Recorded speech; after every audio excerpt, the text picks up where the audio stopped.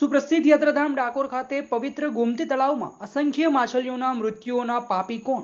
અનેક માછલીઓની હત્યા પાછળ ડાકોર નગરપાલિકા તંત્ર શું કરી રહી છે? આજુબાજુનો વિસ્તાર ગંદકીથી સભર તેમજ ગોમતીમાં પાનફૂટીનું મોટું સામ્રાજ્ય ફેલાયું છે. જ્યાં નજર કરો ત્યાં પાનફૂટી જ, ગોમતી દેખાતી જ નથી. તો આ રીતે થશે વિકાસ? અહીં બનાવેલી કરોડો રૂપિયાની છત્રીઓ ગંદકી યુક્ત સાથે અસામાજિક તત્વોનો અડ્ડો પણ છે. અહીંના પવિત્ર યાત્રાધામમાં આવેલા નદી નાળાનો આ રીતે વિકાસ થશે? પૂર્વ ડેપ્યુટી સીએમને ડાકોર ખાતે આવે હજી થોડો સમય થયો છે. તેમણે પણ મીડિયાની સમક્ષ કબૂલ્યું હતું કે પવિત્ર ગોમતી દૂષિત થઈ ગઈ છે.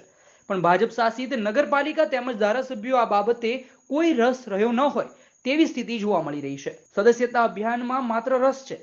પૌરાણિક ધરોહર સમાન ગોમતીને દૂષિત થતી અટકાવવા ભાજપનું તંત્ર નિષ્ક્રિય છે. જ્યારે વડાપ્રધાને પણ નદીઓ માટે સ્વચ્છ રહે તેનું અભિયાન ચલાવ્યું છે, તો ડાકોર ખાતે યાત્રા વિકાસ બોર્ડ શું કરી રહ્યું છે? આવા સમયે અનેક સવાલો ઊભા થઈ રહ્યા છે. મૂંગી માછલીઓનો હત્યારો કોણ? મારું નામ કૃણાલ શર્મા છે અને હું ખેડા જિલ્લા કોંગ્રેસ સમિતિમાં મહામંત્રી છું. આજે જે ગોમતીની અંદર અસંખ્ય માછલીઓના મૃત્યુ થયા છે, એ બાબતે આપનું શું કહેવું છે?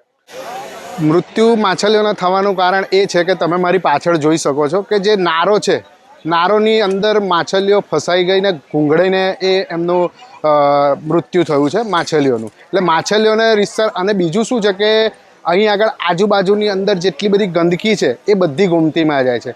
એના કારણે પણ માછલીઓનું મોત નીપજ્યું છે. અને હવે થોડાક સમય પહેલાં જ ડેપ્યુટી સીએમ નીતિનભાઈ પટેલ આવ્યા હતા અને ગોમતીની મુલાકાત લીધી હતી.